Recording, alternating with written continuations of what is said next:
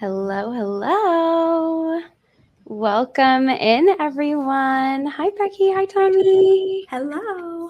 Hello. Welcome, y'all. So glad that you all are joining us.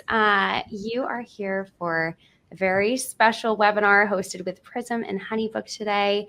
This is called More Clients, Less Chaos. Does not sound nice. So we are learning from the best today with the amazing Clay Venues team, who is going to be teaching us the 4 steps to streamline your event business. And they are personally using these things right now in their business to get hours back in their week. And we're going to go through really their full process from the moment of inquiry all the way through the day of, specifically highlighting and pulling out those moments where they're leaning into their tools and their technology to save them time and get their team all on the same page. So hop into the chat if you haven't already and say hello. Let us know what kind of business you're running. I know we've got kind of a mix of planners and venues and all kinds of stuff. So hop in there, where you're tuning in from, what type of business you're running. Now for the good stuff, let's introduce ourselves. So my name is Mac. I'm part of the HoneyBook education team here. I've been with HoneyBook for almost 8 years, which is crazy. So I know this product like the back of my hand, and our members, which is why I'm so excited that the Clay team is joining us. You guys have been using HoneyBook since the day you opened your doors, and you're an all-inclusive modern venue in Colorado Springs. Before opening the venue, Becky, you were a fine art wedding photographer for 15 years. So you know this industry so well. And of course, we have the amazing Tommy here, who is their in-house planner at Clay. She's also running her own event business called the Paper Ring Collective. So we're really going to be tackling the event industry from all angles. We've got some experts here with us today with these 2 brilliant minds. So Becky, what else should people know about you or the venue? Anything else you want to share? Yeah, thanks, Mac. Well, like Mac said, I've been in the industry for almost 20 years altogether.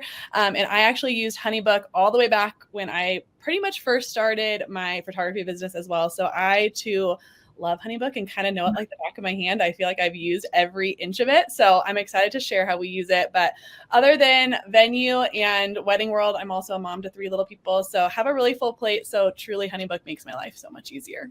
That's amazing. And Tommy, tell us more about you too. Anything else you want to throw in? Yeah. So I've been in the industry for about 10 years. I've done catering. I've done rentals. I've really seen all the sides. So my job is really to make other vendors' jobs easier. That's kind of how I look at it. I also have 2 little people. They're twins, and they're 2. So need to keep all my time as much as I can. But yeah, I'm from Virginia, and I'm really excited to see someone from my hometown in the chat. Oh my gosh, love it. I know these are always such a fun community moment too. So definitely hang out in the chat if you guys are not using that already. Amazing. Thank you guys for all of that. And truly, like, I don't know, I'm a mom too. So I get that, like, the little people taking you in all directions, you need to have stuff dialed in the rest of your life. So speaking our language today. Okay. Let's get into it. So our goal for today is that you guys all leave here with the 4 actionable strategies to streamline your event business, giving you hours back and eliminating any client confusion. This is what we're going after. So here's a quick breakdown of everything that we're going to be covering today. We'll go through a quick intro to HoneyBook and Prism if you're not familiar with them already. We'll talk about how to keep pace in the Amazon era of business. We'll talk through how a little bit of work now is going to mean big payoff later on. We'll talk about choosing tools that are serving you while you serve your clients. And then, of course, we'll go through some exclusive HoneyBook and Prism offers at the end. So be sure to stick around until the end for that one. And then, as I mentioned, we'll be covering audience Q&A with everyone here live on the screen. So first things first, let's go through what is HoneyBook and how are HoneyBook and Prism now working together. So hop in. Actually, you guys should all see like little emojis down at the bottom. If you're already a HoneyBook user, send us some emoji love down there. I think we had quite a significant amount of HoneyBook members register for today. So I want to see you guys pop some emojis down there so I know that you are here. And if you're not familiar with HoneyBook, I want to see you guys in the chat. So hop over there in the chat for me. if you're not familiar with HoneyBook or you're not currently using HoneyBook, I'm seeing a lot of emojis. So I think a lot of folks are users with us, which is wonderful. Okay, cool. So if you're not familiar, HoneyBook is the leading client relationship platform for independent businesses. So combining essential tools for client communication and bookings and payments so that event professionals like yourselves can manage their front end client experience and their back end workflows across your entire team all in one place. And I see Toyan is a new HoneyBook user. Welcome.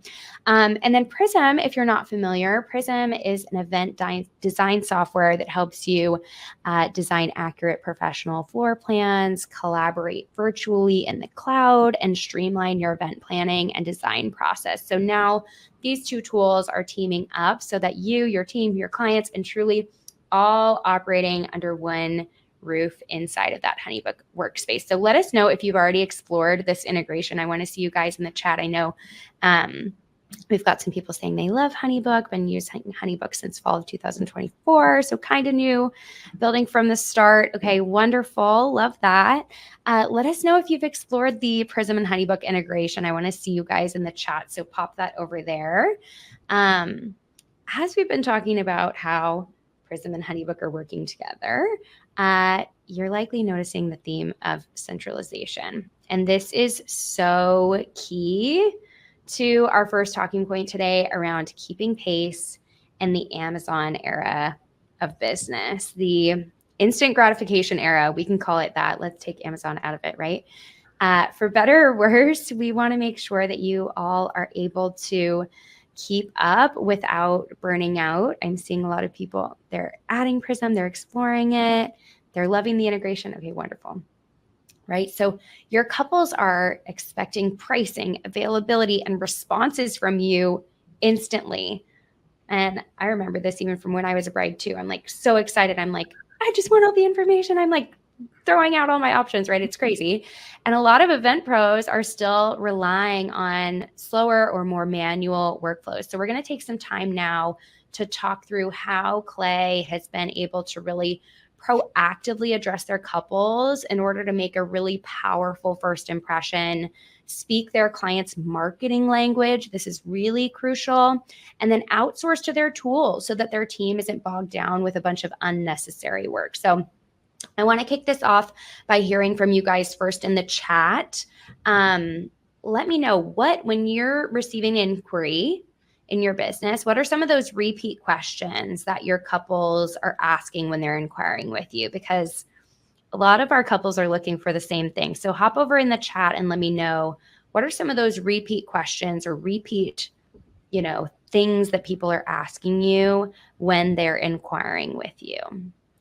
So let's see those over in the chat. What's your price? Robin Price. Yes. Packages. Mm-hmm. Yeah, absolutely. I think that's going to be a theme. Describe your services, packages, and availability. What's your capacity? Yeah. What do you do? Pricing. Okay, yes. Okay, yeah. Lots of pricing questions. Yes. Okay. So, Becky, can you talk to us about what some of those repeat questions are for Clay? I'm guessing pricing is probably one of them, and how that looks for your business. And then how, even maybe more importantly, how are you addressing that through what you've decided to have on your website? Yeah. So definitely pricing. That's a huge one that we get right off the bat. I think that's pretty much where all couples are going to go first. Pricing, capacity, do you allow outside catering? I saw a few of those. Those are usually some of our top ones. How many can you seat? A lot of that kind of stuff. So we have moved to using a nurture program that is going to basically, as soon as they download our pricing, which is usually, again, like you all have said, is the first place where people want to see. They want to see if we're in their budget. Budget is king when it comes to planning a wedding. So they're all going to download our pricing packet, and that immediately puts them into a nurture email and text funnel, which is going to then answer a lot of their other questions like, what is your capacity? Is my date available? Can we have our own caterer? Things like that. Mm-hmm. So we did outsource a lot of that to that nurture program, which then helps take a lot of that off of us. Amazing. So yeah, so on your website, you have this pricing download option, and then of course you've got the book a tour option too for folks who are maybe a little bit more familiar with you, or it looks like the right fit right away and they're really eager. Yeah. So how did you decide that these specific two resources were the right things to offer to your couples, or why did you find that this is maybe better than just a typical like contact us button where they're just filling out their name and email or something like that? Yeah, for sure. I think it's shifted a little bit in the industry where you'll see a lot of vendors, venues, and any vendor is going to be asking for that email and phone number when you download pricing instead of just having it on your website. And we have seen that it is huge because you have so much more ability to have like actual contact with them. They're not just going to look at your pricing and then move on. So highly recommend having that. But for us, we did used to have just like a book a tour call to action. And so having now that download pricing and book a tour gives couples two options. Book a tour can feel like a big commitment if they don't have all that information. So kind of giving them the ability to download pricing, but we still get the option to keep following up with them. Yeah. Awesome. And then so between these two kind of like actions that you're giving them the option of, what percentage of people are booking a tour versus downloading the pricing on your site? Yeah, I would say we see far more of our couples book or request our pricing, and then through the nurture is when they book a tour. Probably 80% of them are going through and booking once they've already received pricing and kind of gotten into that funnel. Okay. Amazing. So I think this really highlights how, really listening to your clients and saying, they're asking for our pricing. How can we meet them where they're at? And kind of, we're starting to go in that direction of like speaking their marketing language. But let's dive more into the nurture that you talked about and what you're actually doing with their information after they fill out that download pricing form. Because I know that's going to be, if it's not already a question in the chat, I know it's going to be over there. So how are you actually following up with them? Yeah. So they get put into, once they download our pricing, they get put into that funnel, and immediately it's going to send them an email and a text message, kind of just saying like, hey, thanks so much for downloading our pricing. Here it is. Please let us know if you have any questions. And then it puts them into like an every other day type of follow-up. We kind of follow up to say, hey, have you gotten our pricing? Do you have any questions about that? We ask them if they have a head count and if they have a date in mind so that we can check our calendar. It just gets them talking. We also do a typo in our initial text message that goes out to them. It just makes it feel a little less automated. And we can also jump in. Our sales staff has ability to always jump in and text them back. So it is sometimes a real person, so it doesn't feel as bot-like. Yeah. But if they don't book a tour, all along all of these steps, they're getting pushed to book a tour. There's always a book a tour option. But we're including photos and gifts, and we're always reminding them of the value that is included in our packages. I think it's really easy for couples they're already kind of being overstimulated by looking at probably multiple venues, multiple vendors. So just reminding them of who we are, staying top of mind, and showing them the value of what we offer at Clay. Yeah, I love that. Amazing. And then so talk to me a little bit more about text versus email. Like what percentage of your couples are booking a tour over text or responding to text versus in emails? Yeah. So we have, I would say 80 to 90% of current couples that are booking, they're young, Gen Z. Yes. They're doing everything on their phone. So they're way more likely to check their text than they are to check their email. So again, 80 to 90% of what is coming in from booking a tour is from clicking the link that is in their text message versus their email. Wow. Yeah. Yeah. I mean, this is really highlighting being able to speak your couple's marketing language. And I think this is somewhat unique to the wedding industry as well, because couples are always going to be in that kind of cutting edge technology millennia. And it requires us as business owners to be up to speed on those trends, not necessarily on the cutting edge, but at least in lockstep and aware of what and listening to what the industry is telling us. So I think that's an amazing example. And Tracy is asking about if it's a particular nurture program. I don't know if you guys have that link handy. I totally forgot to ask you for it beforehand, but if we can pop, maybe Tommy or Becky, either of you can pop the link for that in the chat, that would be wonderful. Yeah, we'll and then a quick question for the audience too. How many of you all are already using some kind of automated nurture like this? Are you using emails? Are you using SMS? Is there kind of a mix? Are you seeing similar things to what Clay is seeing? I would love to hear from you guys in the chat. Are you already using some kind of automated nurture for your business? Robin says not yet. Okay. Yeah. Let's see some others coming through. A mix of email, SMS. Are you doing this? Hop in the chat for us. Let's see some of those responses. Automations in HoneyBook. Wonderful. Kim says, I love automation. Yeah. Okay. Things are still manual. Crystal is worried about setting it up incorrectly. Lots of people using email automations, text manual. Cassidy, I don't, but I really need to. Yes. Okay. A good mix. Email only. Some people not doing text. Yeah. Okay.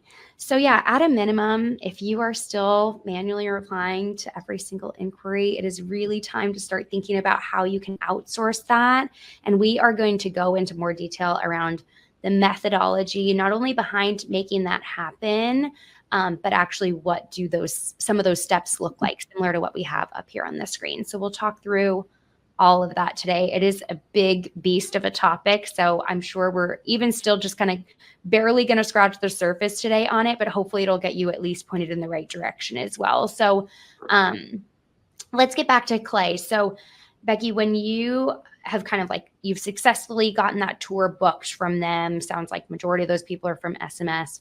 What are some of kind of the elements of success, or like your recipe for success once you actually get them in the door on the day of the tour? Because we all know in-person sales, whether even that's sometimes people, that's a phone call or a meeting, but an in-person moment, how are you really making the most of that time that you have with them? Yeah, for sure. Yeah, you can have all the right things set up and getting them in the door, then you have to switch gears. And now you're doing that in-person sales. So just setting yourself up for success has been a big thing for us. So once we have moved them from our nurture program that is texting them and emailing them before we get them in for a tour, we then move them into our HoneyBook automation. And at that point, we set up their portal. We draft a proposal. Most of the time I do that the night before, but we have it all automated. We have all of our proposals ready to go with our contracts, and it's all templated. So it really doesn't take very long, but whatever information they have given us based on their intake form, we build them a proposal so that we have it ready to go at the tour. And then once they're in the building, it really kind of switches to being kind of a hospitality moment of like really talking to them, finding out who they are, connecting with them person to person. Because right now it's all been through a screen and over a computer. So now it's time to really connect with them. You could have a whole 5-hour session on in-person sales and how to do that. But just really focusing on finding out who they are and what they're envisioning, especially when you're selling a venue. Like, how can you show them their vision in your space? You're really selling them your own vision. So we use an iPad that we can take notes of all of these things that we're learning about who they are. We really utilize the notes section of HoneyBook. And then we always make an invoice for them. So we're creating that as we go during their tour, creating some of the things that they've talked about, and making it all kind of on the fly, which with HoneyBook is really not that hard. Great. Yeah. So what if, because I know you're saying like you're drafting the proposal the night before based on what they say, but then during the tour, you're learning so much more about them. So how are you able to pivot basically before you show them the invoice in person, which is part of your strategy as well? Like, how are you making sure that what you're showing them is actually what you've kind of discussed? Yeah. So if they do switch things, so we have a couple different packages. being an all-inclusive. So maybe in their intake form, they said they wanted our classic, which is our lower package. But as we've talked, we've really convinced them that, hey, bumping up is probably the best bet. Let's go with that. So really, it's just a couple clicks within our proposal to switch it over to our signature package. And because we've had it all templated out again in our automations, it's really, really easy to switch over to that. It doesn't take long. It gives them about enough time to walk through the venue for about 5 minutes and think of a few more questions while we switch things over. Okay, wonderful. Cool. And then in terms of following up with them after the tour, what is your strategy on that side? Yeah. So we, like you said, we always show them an invoice in person. So that's part of that iPad. We can kind of turn it around, show them the presenter view of that invoice. It helps us make sure we didn't miss anything because we're human and sometimes we miss telling them something that's included in the all-inclusive. So they're going to be able to see everything. It also brings a lot of clarity to them, shows them the value. I always say clarity is kindness. Like, to show them clarity in what they are receiving from us is a very kind thing to them, and it's kind for us. So making sure that they know exactly what's included in that proposal. And then we do send every single one of our tours a proposal so that they can look over it. We book some things in person, but it's pretty rare. You're passing a pretty big bill across the table. So we want to make sure that they're going to have some time to think about it. So, and it also, as a business owner, if you don't know your numbers, you really don't know what's happening in your business. So one of the great things, again, keeping it all in HoneyBook, we can send that proposal. They're going to be able to book or not. And if they don't, we can see how many tours we did, how many proposals we sent out. We can look at those reports right in HoneyBook and know exactly what our numbers are for the year. So smart. And this is all happening in one place, like yes. From the moment you're drafting that proposal through, the notes you're taking on your iPad, through sending that proposal, reviewing the invoice, like that's all happening in one place. So Again, this theme of centralization is like so crucial to your peace of mind. And I love the way you frame that too, that like clarity is kindness. Because I think sometimes business owners, we feel like if we're putting too much information out there, it's overwhelming to them or whatever. So I love reframing it that way because that is so true. Yeah. That's so powerful. Yeah. Okay, let's take a deeper look at this proposal and what you all are including in yours. So talk to me about this 6-page file, basically. Yeah, so we've created a smart file in HoneyBook that has basically everything we talked about on the tour. So it's going to thank them for their tour, kind of set some expectations of what we talked about, just reiterating a lot of what we already said. So again, that clarity of what we've already gone over, but we outline the invoice that we shared with them again in person. It has our contract, and then it also has all of the payment information right there in there. And then we have like a thank you page that kind of gives them a little bit of what they can expect once they book with us. And then it really goes wild in our automations once we get past that part. Amazing. Cool. So I want to hear from the audience again, just for a moment.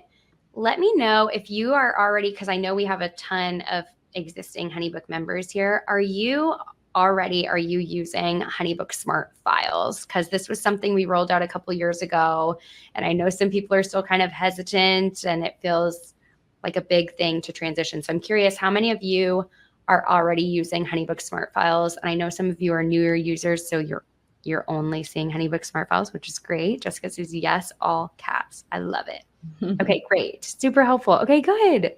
So maybe this can serve as like a little mini template. Let's dive in even more to what each of these pages is, kind of break down what blocks you're using and how you're kind of conveying information, Becky. So I'm just going to put up here on the screen. So I know you mentioned you're starting out with that intro page. Can you elaborate a little bit more like what that intro page looks like? I know we kind of saw it on the last screen, but talk to us a little bit more about what it looks like.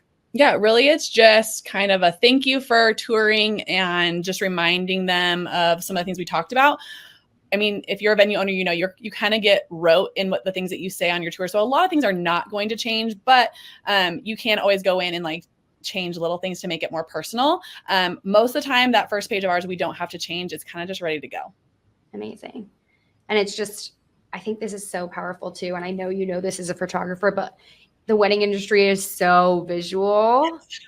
So please in your files if you're not doing that already. Like, I think you guys, I could just even go back here. Like, the images are selling the space. Let your images sell what you're doing just as much as your words and your pricing does. So I love that you guys do that. Okay, talk to me about, I know we touched on this briefly, but talk to me about this proposed package page that you have set up. Yeah, so that proposed package is just going to give them, again, everything that they decided that they wanted, depending on what package they picked with us. And ultimately, this page, my hope is that, yes, it has a price at the top, but ultimately is going to help show them like the value that they're getting. A really long list of inclusions is going to really help them. So even if you're not an all-inclusive venue, I would definitely recommend writing out every single thing that your venue, or if you're a planner, whatever it is that you do, write out everything that you do, because it just really helps your couple to understand the value of what they're getting. So that's really what that page is for. I love that. Yeah, I always say too, like, as business owners, we're also in the business of like educating people about what they're receiving from us. So that value is so powerful. And this is edited. Yes, it's edited and customized, but it's done on the spot during the tour. So you guys don't even have to do anything else. Once the tour is done, you're ready to hit send. Amazing. Okay. And then we've got the invoice page, and y'all have this set up to automatically pull in that package that you're pre-setting for them during the tour. But you also have an optional add-ons page, or an add-on section at the bottom of page 2. And that's set up to automatically pull into the invoice as well, right? So we have some just fun add-ons. We encourage them to just take a look at our fun things. Like, we have sweatshirts and merch that they can add. They can add on a photo booth, extra hours, things that we've maybe talked about in the tour, but they were hesitant, so I didn't add it in. But they can then see those things and be like, oh, well, maybe we should just add it in. And then, yes, that auto-populates into their invoice. Great. And that's one of the really powerful things about Smart Files too, is it allows kind of that like add to cart kind of functionality, which is lovely. Contract, really straightforward here. E-signing. You've got a payment page, again, populating with the information from the invoice. And then talk to me about the final page. What's the value here? What are you conveying here? Yeah, mostly just, again, like a thank you for booking with us, and just to kind of give them expectations. I think this is the point where now they've handed over, they've parted with their money, because they're excited to book their wedding with you. So they are ready to start planning a lot of times, but sometimes that planning doesn't quite start right off the bat. So this is when we start giving them expectations. That last page just really kind of says, hey, look for some emails from us that are going to be coming over shortly. And that's when we start our automation process within HoneyBook to start sending them calendars and what to expect. Yeah. Amazing. So really want to highlight, I know we're showing it in this kind of right-hand column here on the page, but there are no edits necessary to this at the time of send. You've updated that, you've basically drafted this up the night before they come in for the tour. You've quickly adjusted that page 2 section during the tour time, gone over that with them in person, so that you're kind of eliminating some of that sticker shock. You have the moment to address concerns, see their body language, all that in-person sales stuff that is so important. But you're also able to take this kind of, don't worry about doing it now. We'll send it over, right here. And it's so quick for you guys. So that's amazing. And you're able to do it the same day as the tour. So when you send this file off, are you typing out an email from scratch to go along with it? Or what does that email look like when you're sending out that proposal on the same day? Yeah, so we already have an email. It's kind of the bones of an email that's already all set up and ready to go. We do have some parts that are highlighted when you're going into it on your side of things, to be like, hey, this is a great spot to add in something personal that you learned about them, or if you connected with them on something during that kind of hospitality moment, this is a great place to insert that, so it doesn't feel, again, as robotic. But really the bones of it are already done. All you have to do is send it off. Wonderful. And I think, this is kind of the wrap up of the part of our conversation where we're talking about this Amazon era of business. Having these things queued up, mapped out, drafted up, saved, and ready to go is so mission critical, but it's often easier said than done. So this next section is all about how you can actually get that done and what tools you guys are using and how do you even find the time to make it happen. So this is about a little work now for that big payoff later. I want to hear from you guys. I know you mentioned this a little bit in the chat already for me, so hop over in the chat there again for me. I want to chat with you guys. I hear this all the time from my event pros, and I've heard it from some of y'all today. How many of you are interested in automating, but you're just not sure how to get there? You haven't explored and you're desiring it, but you feel like you don't have the time, you don't know what to say, you don't know what to trust. Pop in the chat for me. We want to see those from you. And then we'll go into talking about how Clay is doing it. Commune Market, you're here. I saw you earlier this week. Welcome, Robin. Me. Yes, interested. Okay, it's all of us. We're going to get into this, so hang tight. The biggest takeaway here is that if you have done something once, don't ever do it from scratch again. Again, maybe easier said than done, but just like let this be a mantra. If you're finding yourself in that moment, typing something out manually, take that pause and maybe and just go save it as a micro practice. Yep. Copy, paste, save for later. Just let it be a mantra. And not just from a time saving perspective for your side, from your team, but this is also so that every client is receiving a really consistent, reliable, amazing experience with you. And it's also going to help you delegate to your team or work more efficiently with the existing, maybe smaller team that you have today. So if you've done something once, you're already that much closer to being able to save that instance for later so you can move quicker next time.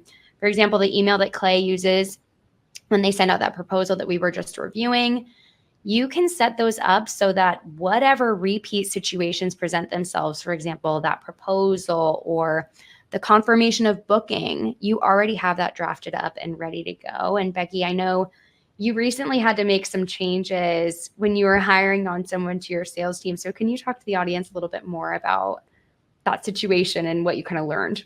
Yeah. I saw some things in the chat of like, I have automations, but I feel like I'm always customizing it. And I feel like that's kind of where I was. And then when I hired on some sales staff, I realized that couldn't be what I was doing anymore. Like I couldn't have these things in the back of my brain that I know are not correct or I know need to be edited. It had to be automated because they don't know that it's not in their brain.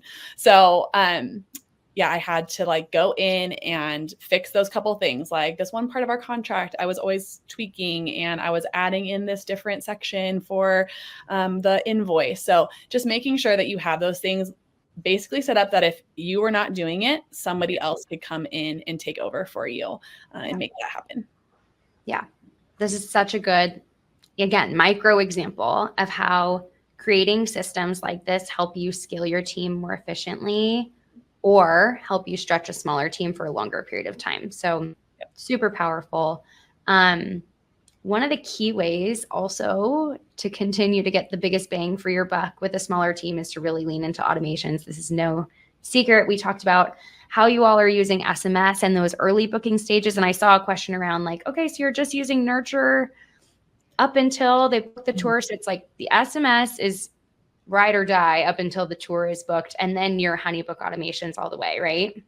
Yep, correct. Okay, cool. So beyond just, booking the tour and letting HoneyBook automations, you're also managing your booked events with this as well, essentially as a member of your team, if we want to think about it that way. So can you talk to us a little bit more about how you're doing that with automations?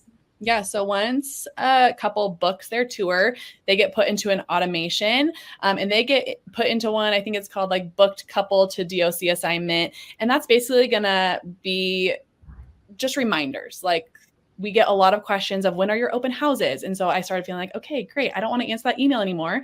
I'm going to add it to my automation. So that gets sent out really early and they always get reminders of where they can RSVP to open houses. We get a lot of questions of like, should we be doing anything, especially if our couples have a long planning runway? They start to feel antsy, like, does something need to be happening? So we started adding an email in that says, hey, don't worry, like things are moving on our side. There's nothing for you to do yet. We're here if you have questions.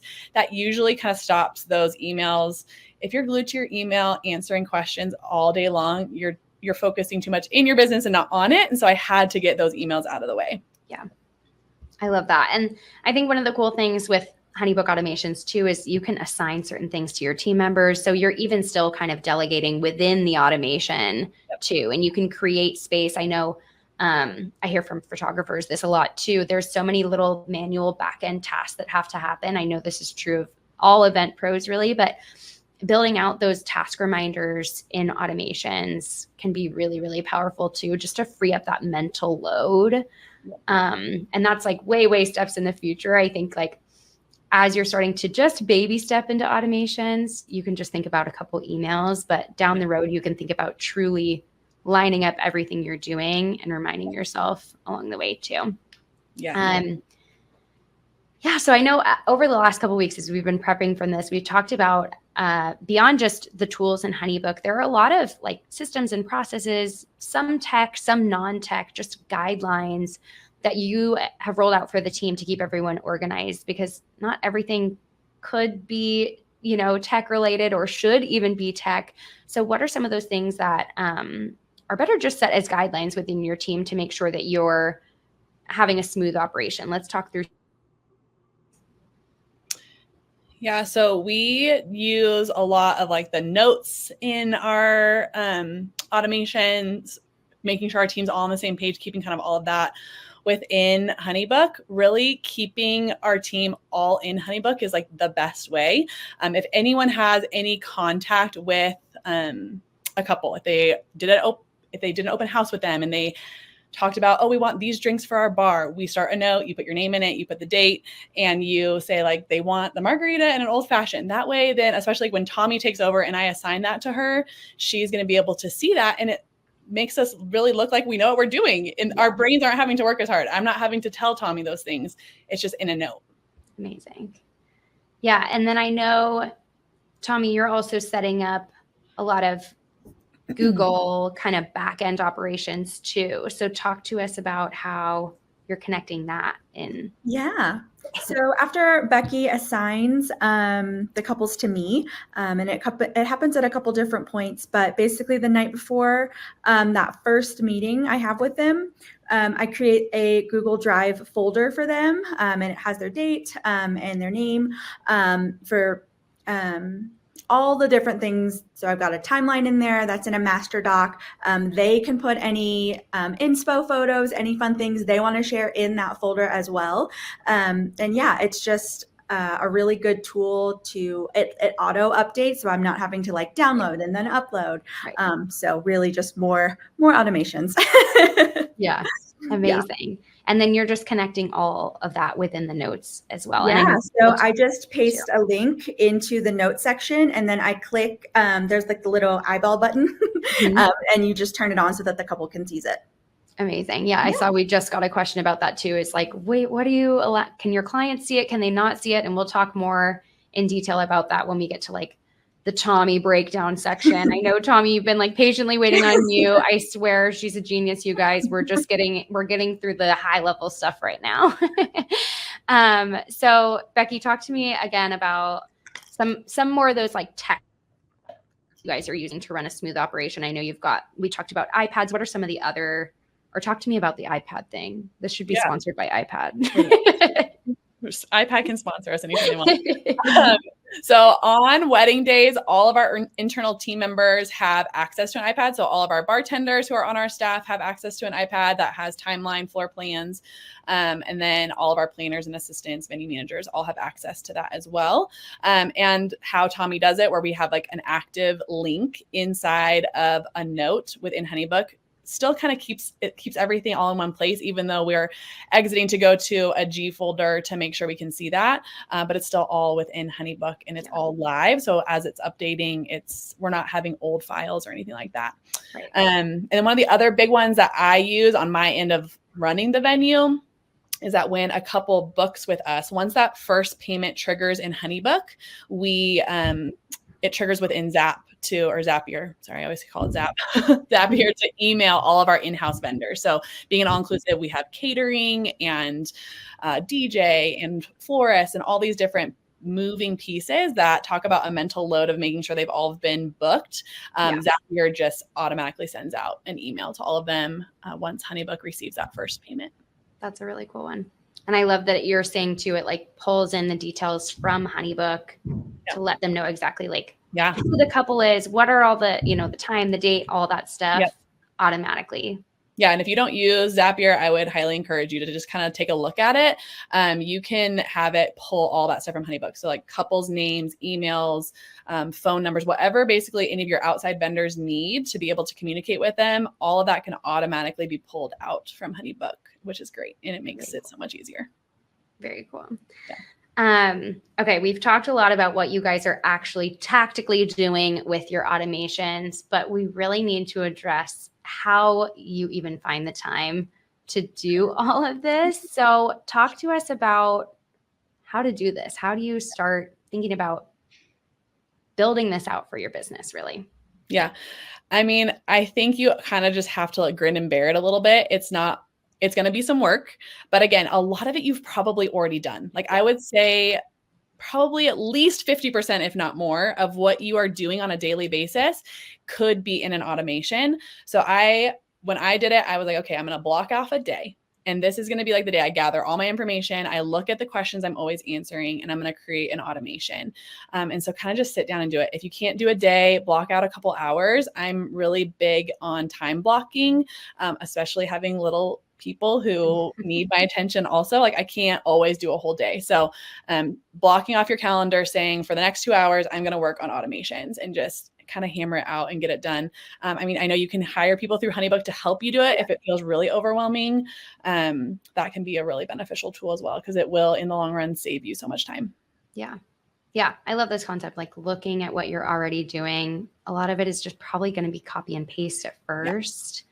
And then when we're talking about really like refining that, like what are some of the questions that you are asking yourself to determine what even should you automate? What do you maybe even keep as like we talked about, you know, you're obviously manually sending that proposal, but you're using a template to help you get there. So what are some of those questions that you're asking yourself to determine what you should automate? Yeah, I think thinking through and looking at, again, those questions that you're answering over and over and over and over again. If you're answering it more than twice in a week, it should be in an automation. And just kind of keeping track of those things. We kind of, I add them to a running list in my notes on my phone if I'm getting asked questions. And if I see it coming up a lot, I'm like, okay, great. I need to add this somewhere in our automations to make sure that I'm serving my client best. Because again, I think that's, if there's a lot of questions, it means that there's not clarity somewhere, either in your website or in your proposal, that it needs to be clarified somewhere. Yeah. So smart. And then I think another area too is around maybe where are you spending too much time? Like where are some bottlenecks? I always encourage people to ask this question too, is where are you spending time? Where are you kind of having like an iron grip maybe on your process, and you can afford to outsource to those tools, even if it's not completely, where can you kind of afford to do that? So I think we talked through the tactics. This is kind of how you get there, how you take the time to sit down and ask and assess. And I think a lot of people, so Becky, I want you to speak to this. I think a lot of people think about automations as like set it and forget it, but we've seen this in the chat. You've expressed this as well. How are you maintaining this? Yeah. Because it's not really set it and forget it. It's helpful to your client communications, but what is your check-in cadence and your maintenance cadence for this? Yeah. And I think too, to say, I saw something in the chat of someone say like, I'm afraid to like set it and forget it. And I think that's the key, is like, you're not going to forget it. You're going to have to check back in on it. This is really just to kind of take the mental load off. An example of how because I did kind of have an iron grip for a long time of not wanting to set up automations, like afraid they were going to send too early, or they were going to say something stupid or weird and it wasn't going to match with what we had been talking about. And you kind of just have to like, let it go. Figure out your automations. And yes, you'll probably have to tweak them. Yeah. Tommy and I have sent out emails like, sorry, that sent too early. Our automation is a little wonky. We're figuring it out. like people are also okay with you being human. And I think adding a human element is okay. Yeah. But yes, I'm always checking in on our automations, especially if we make changes to maybe our pricing. Anytime, usually it's at the beginning of booking season, I usually check in on all of our automations. And then, being an owner of a business, you're sometimes are like, I hope all my automations are set up. I did this the other day and I went through all of our booked couples to make sure I had actually clicked the automation on of like, okay, good. I'm doing what I'm supposed to. So just checking in periodically, mostly for us, it's at the beginning of booking season. Okay. Awesome. So helpful. We're human. It's okay to be human. Yeah. And when you're thinking about managing all of this, juggling everything that you have going on, how crucial is it that everything is under one roof? It's huge. I think Tommy and I have talked about this a lot. Keeping our team and our couples on one platform has just gotten a lot of the clutter out. We've talked about a couple different programs that we use as a venue, like Zapier and our Nurture program. But truly, once we get to the planning portion where there's so many moving pieces, so many vendors involved, we're all on HoneyBook, and it just keeps there from being confusion and way less falls through the cracks. Yeah. Okay. So we just covered how you guys are using HoneyBook to automate and templatize, but we're going to get into this section around organization. And Tommy, where we're going to lean on you because this is what planning is all about. Like Becky was just saying, there are so many moving parts. So we're going to really dive into how organizational tools are going to serve you while you're showing up and serving your clients best too. So let's talk about that, starting out here with the HoneyBook pipeline and how you guys are using this right now to really stay organized in that process. So Tommy, can you walk us through how you're kind of checking in on this pipeline and how you're using it throughout those months of planning with people? Yeah. So I get introduced to couples at either the 6-month mark or I think it's the 4-month mark. And within the pipeline, I can see where they're at. So I can see Becky's done their tour, Becky's done their follow-up, they've signed their proposal, and I can see what's coming next, even if I haven't been introduced to them. Because I do weddings outside of Clay as well. So I can, add that to my calendar as well. I could say, oh, these guys booked. So I can block off that date. And then once they get passed over to me, I can put them in, we're at the 5-month check mark, we're 30 days out. And I have some, just things, automations, some non-automations that go out. So it's really helpful to just be able to pull up the pipeline and say, okay, this is what we're doing next week based on where people are. And it's just a really good overview of what's going on. So I don't have to click into each person's project. Yeah. It's like that visibility. And I think this is something too, like, actually this was a recent rollout. If you guys aren't familiar, I'm just going to plug this little filter icon here. Now you can actually control what columns are visible to you, including custom fields that you create for your business. So this is really, really helpful for some folks who are looking to more customize HoneyBook for their business. I would highly recommend checking out custom fields in the company settings and then toggling those things on in the pipeline. Kim is stoked. It's really, really good. Okay, so Tommy, on a deeper level, we're going to get into a project workspace here because this is where you and your clients and your team and everyone is collaborating. We've already talked about how y'all are using Smart Files for proposals, but what are some of the other files that you're sending within this workspace with your clients? Yeah, so we do a couple of different questionnaires just at different points. We have a decor closet questionnaire. We have a wedding questionnaire where they give us all their vendors. So I have all of that. So I know if they need any recommendations. We are all inclusive for some of our packages. So I can recommend hair and makeup or a photographer just based on who they have booked and kind of what their style is. They also have the bar proposal. And then there are a couple of other just details meetings, like this is what we're going to cover. and I have them pre-fill out the questionnaire so that they are already thinking about it. So then when they're across from me, they're not just like deer in the headlights. I didn't think about that. I didn't know what we were doing. Right. So I send them an email just with an agenda, and then all the different questionnaires just throughout the process. So they're not getting like 5 at once. They just, just a couple of different ones, pulling out different nuggets of information at different points in the process. Great. And then you're using the HoneyBook scheduling tool for those meetings and check-ins as well, right? Yes. And I love that tool because I don't have to click through like 5 different calendars. I just connect my Google Calendar, which is connected to my home calendar. So it's perfect. It blocks off my day so easily. Good. Amazing. And it's all in the project too. I know we've talked a little bit about notes already, and during your meetings that you're scheduling through HoneyBook, are you manually taking notes? Have you explored the HoneyBook AI note taker? Talk to us about the note taking from the planning side, because you have to be diligent about this. So walk us through like your organizational process. Yeah. So in terms of notes, I like to take notes as we're walking around. When we're face to face, I don't take as many notes just because I don't want to just be staring at my computer. So I do like the AI. It like pulls through your emails, I think, just what's in HoneyBook, and it just kind of compiles what you've been talking about. So that's really handy just on before we actually meet. And then while we're walking around, I'll use the iPad again for diagramming and stuff. I'll take a screenshot of the diagram and I'll write on it. And then I can upload all of that into notes after the meeting.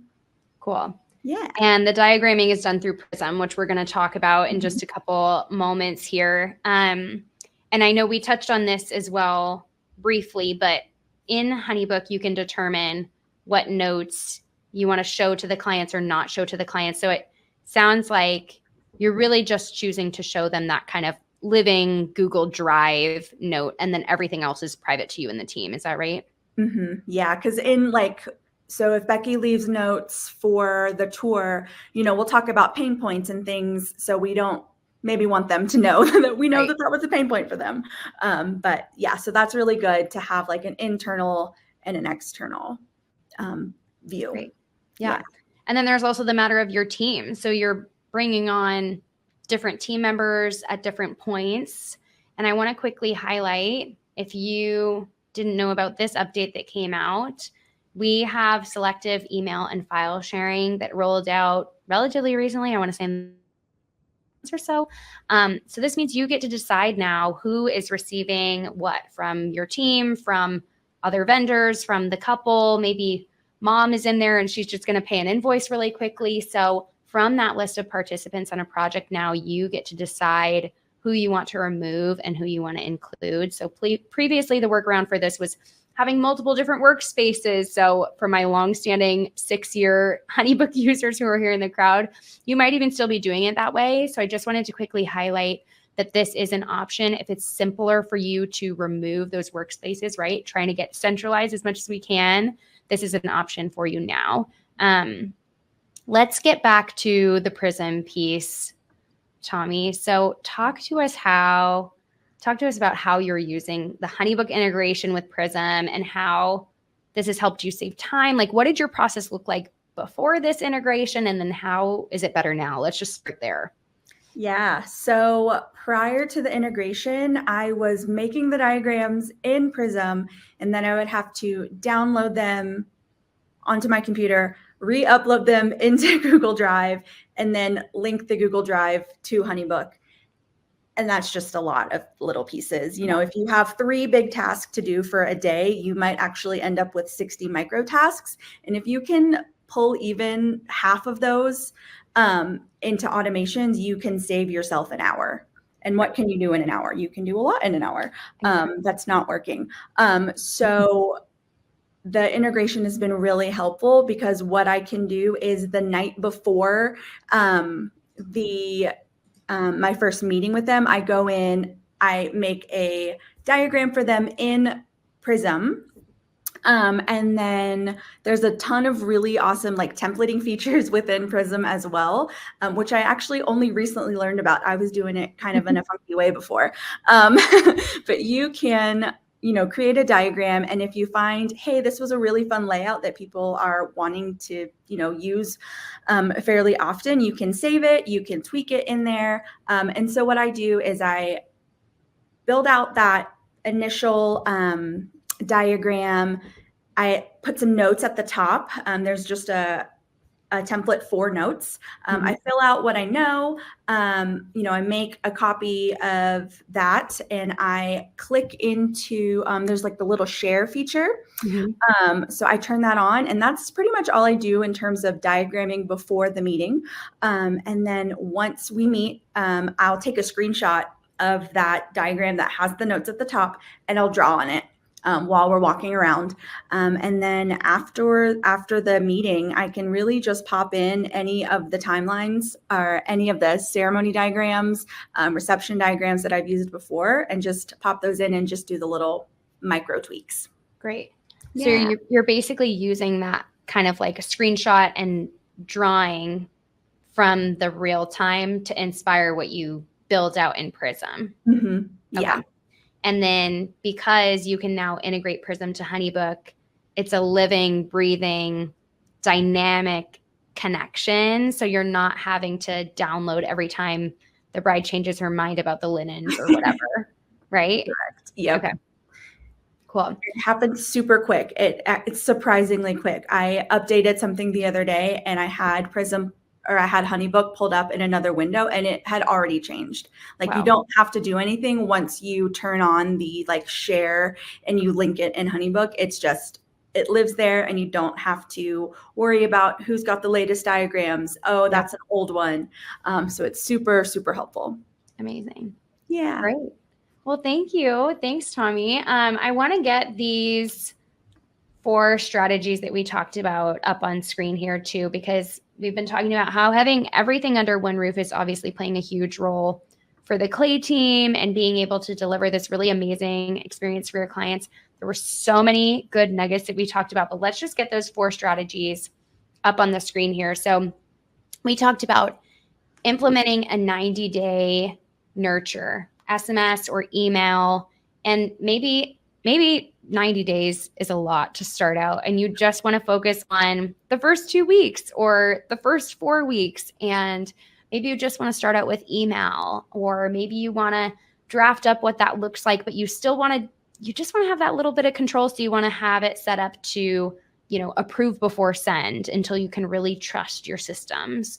But this first strategy is really about making sure that you're showing up often, you're staying top of mind, and you're speaking their marketing language. Becky, do you want to add anything to that kind of strategy? Yeah, I think what you said of like, don't be overwhelmed by it having to be a 90-day. Like, y'all, when I was looking at like what we do, I was like, this is going to feel super overwhelming. I think like truly, if you can do like a month worth of like following up and being top of mind, that's great. Like, don't be overwhelmed by it. Just like start somewhere. Yes. Amazing. Okay. And then the second point that we talked about was sending that same day proposal and really leaning into your templates as a tool here to save you time. I also love this concept of going through the invoice with them in person.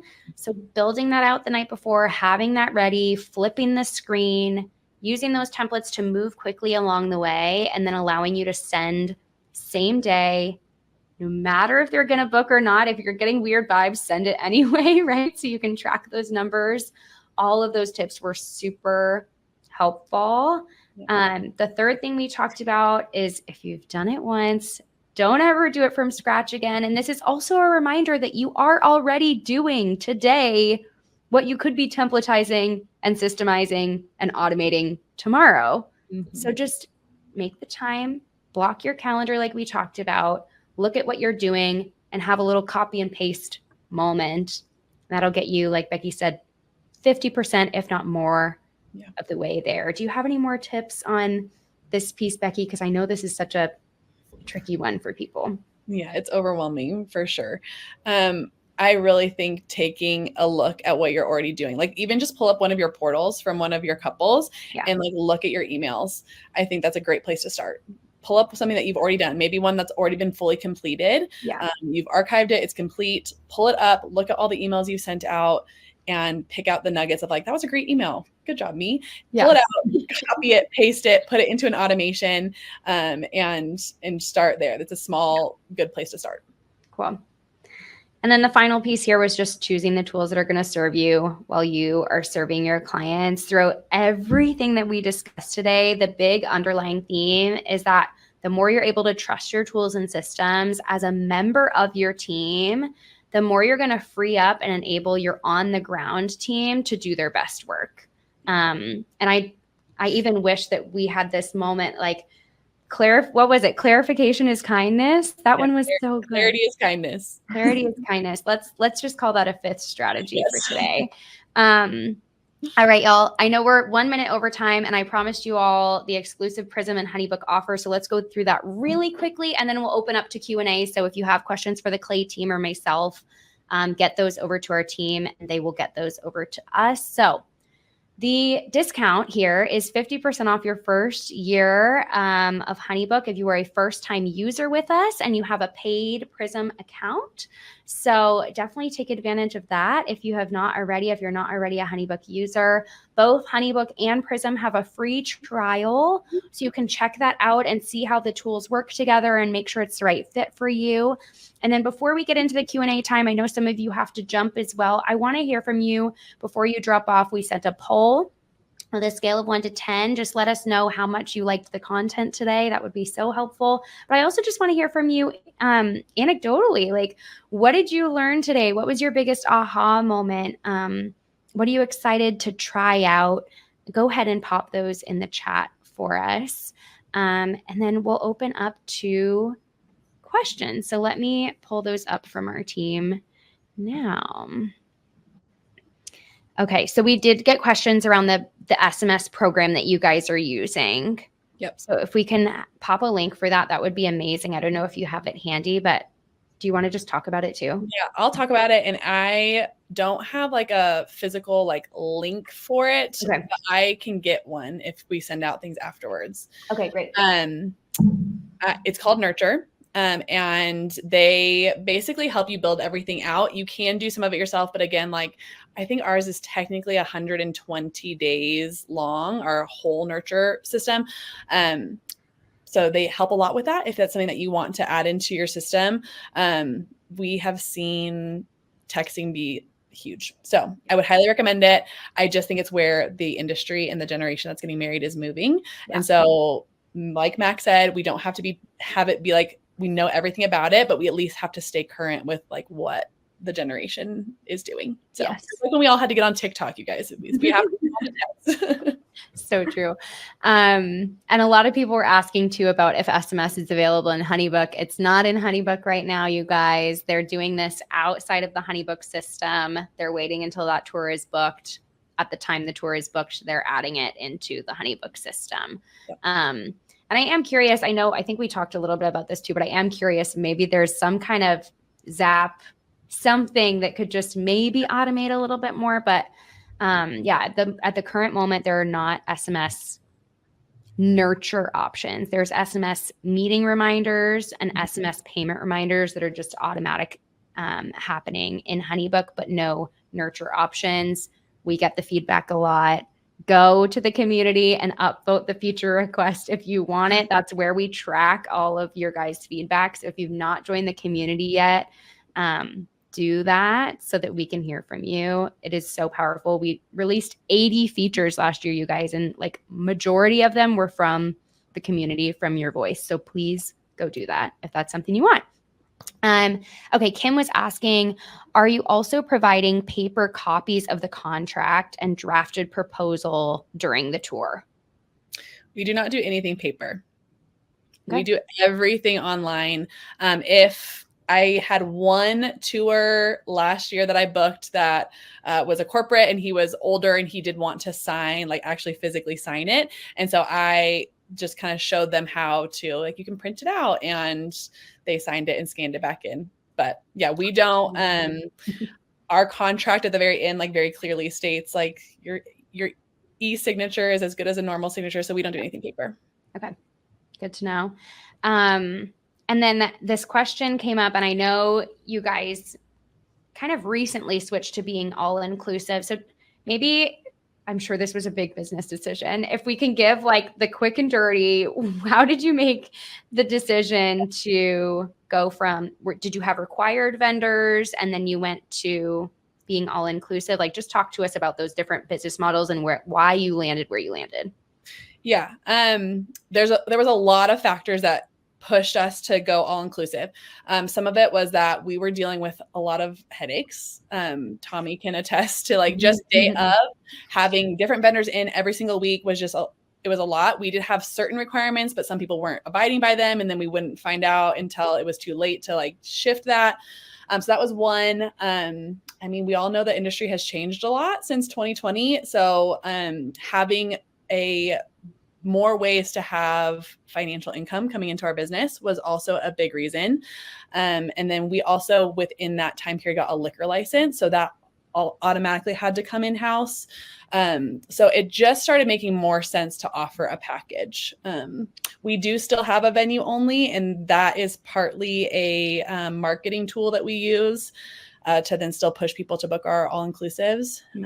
But also too, and this might be different for different venues, but we just saw a lot of couples having decision fatigue. I think it comes from looking at our phones all day and having just constant influx of information. Couples have a lot of decision fatigue and they don't want to make those decisions for their wedding. So yeah, it just takes it off their plate and helps. Great. We also got the question of when you're looking at your process, like what you're doing today, where are the bottlenecks? How can you better serve your clients? Do you ever kind of like whiteboard it out? Are you using sticky note? Like, how are you really mapping it out? Are you writing it on paper first at all? This was a question from Lena. Yeah, I mean, I think when we initially started with our all-inclusives, we did kind of map out.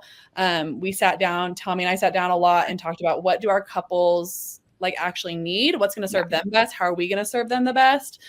So yeah, in a sense, kind of like whiteboarding out like some of the things that we want to offer. And then just too, like we all have so many friends in the industry, like how can we get our friends that we know in town to like serve our clients well? Who do we love to work with? Who do we love recommending? Yeah. And making it beneficial for our client because we know they're going to get good service. Great. Oh, we had a clarification question. Someone was saying, or Tracy was saying, so the venue is in Colorado, but Tommy is in Virginia? Tommy, can you clarify? Yeah, so I grew up in Virginia. So first like 17 years of my life before I went to college were in Roanoke, Virginia. But now I live in Colorado. Yeah, it would be pretty tricky to do that from far. We could though. I mean, we're pretty, yeah, we've got it down pretty good. We could do most of it. Yeah, truly. Just fly out for the venue tours, no big deal. Yeah. People were asking about Automations 2.0, and I knew this question was going to come up because we just are very slowly introducing Automations 2.0 to folks. So there are probably some people here who have seen it. What we showed today was not technically Automations 2.0. That is the old builder. But stay tuned for more content coming from me and the team on the education side. There are lots of resources. Hopefully the team already got you some of those in both the Help Center and the Academy, as well as just right within the product if you're trying to learn Automations 2.0. There are templates available to help you. We also have our HoneyBook Pros. There's the Academy, the Help Center. So there's a lot of information out there. Obviously, we just kind of did like an initial intro today to how to think about automations. But yeah, stay tuned. I'm hoping to do some classes on the new Automations Builder in the coming months. So definitely keep your eyes out for those. I would love to teach you guys more about it. Okay. And then Miranda was asking about the SMS company. So it's called Nurture. Right? I just dropped the link in the chat. Amazing. Okay, so more of a technical question from Sheila around SMS and opting in, and how do you make sure that they're opting into those terms, that you have permissions to text them? Like, are people weird about it? Can you get sued? Was actually the question. So how do we make sure we're cautious in this era of showing up right in people's phones? Yeah. Yeah, that's a great question. So when you sign up with Nurture Pro, they're going to sign you up with a phone number. And there are some rules. Like the other day, I was texting someone about our liquor packages, and you can't talk about liquor on text messages. So it flags you if you're talking about something that you're not supposed to legally talk about. So I had to like rephrase it to like take out the word liquor and alcohol. So it helps you. It like prompts you on things. But then it also, the very first text message that it sends out, it says, if you'd like to opt out, please type stop. Just like when you sign up for something from any kind of store, it will give them the option. And a lot of people opt out right away. They just want to see the pricing. They don't want to be bothered. And that's fine. We're okay with that. They're still on our email list at that point. Great. Yeah. And I think there is, just to even go a step further, like in the screenshot that we showed of the pricing download, at the very bottom, there is that box they tick to opt in. And it, I would assume, blocks them from being able to submit that until they opt in. Yep, exactly. Cool. And then another clarification around the 90-day nurture, talking about texting every other day. It's not every other day for the full 90 days, right? Correct. So talk us through where that kind of shifts, where that shift happens. Yeah, there's some kind of different things. So if you were to look at our automation for Nurture, it looks a lot like Zapier, and it's lots of webs depending on what they text back to us. But yeah, that first like 7 days especially kind of we want to stay top of mind. They're clearly interested, so we want to get them in for a tour at that point. If they text us back, they move into what's called a hot lead. Once they're a hot lead, they get even more information from us. That just means that they've communicated.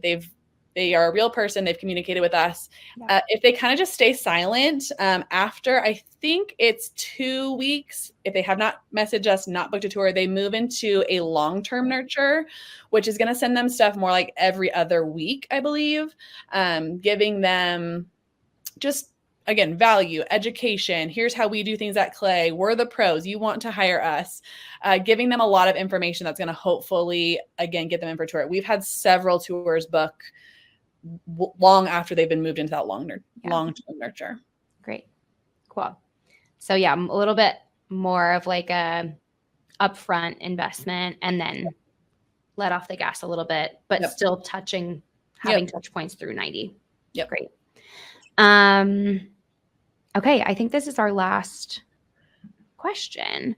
Toyon says, how do you manage all other services, especially other vendors like hair and makeup, in your packages, pricing for customization, styling, that kind of thing? So I always tell couples on our tour that we include everything that you need to have a great party. We include venue, catering, bar, day of coordination, decor, rentals. Am I forgetting anything? No, I think that's everything. I think that's everything. I say catering. I think I said catering. Basically, all your like must-have vendors are included in our package, and then in our upgraded package, you get a credit.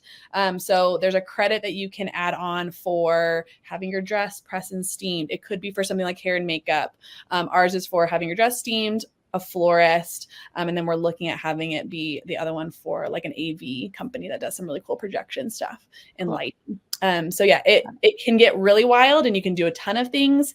I think starting small, if you're looking at doing an all-inclusive package, and just including those like must-haves, the things that as a venue owner make a wedding run smoothly, those are the things you should include. Yeah, great. Got it. And then so when it comes to kind of those extra, more peripheral, that's where you have a preferred vendor list? Yep. We have a list that we send out that has just a few. We try not to overwhelm people, because I think if you send them more than 3 to 5, they might as well have Googled it. Right. So we send them like our top 3 and kind of let them choose from there. We try to be as involved as we can. So like, as I was a photographer for so long, I usually have couples show me like, hey, I love this style. Like, show me on your phone. Yeah. I love this style of photographer. And both Tommy and I know enough photographers in town that we can be like, this photographer does this style. So I think you can customize it. You can send a list. You can also make it really personal. Nice. Great. We are having some other questions come through too. So we'll just make this one be the last question here since we're 15 minutes past the hour. Thank you guys all so much for staying long time too. We still have like the majority of our people in the room with us. So this last question, back to the SMS, lots of questions on this one. Does the entire team have access to the same number? Does everyone have access to responding? Like, how are you managing those responses and replies with your team? Yeah. So everybody does have access to it. I don't think Tommy uses it at all. Our sales team is really who uses it. So if you are someone on our team who does tours, there's an app that goes along with it. So it's basically like I can respond to it just on my phone, like I'd be texting anyone. And all of our sales team has access to that number. So it's not like going to be sending you text messages on your personal text thread. It's all in an app separate from your text messages, and any of your sales team can access that app. Great. Amazing. All righty, y'all. Thank you all so much. First and foremost, thank you so much, Becky and Tommy, for bringing your expertise and letting us just like totally see behind the curtain today. So valuable. I know everyone who's here has been getting so much from it as well.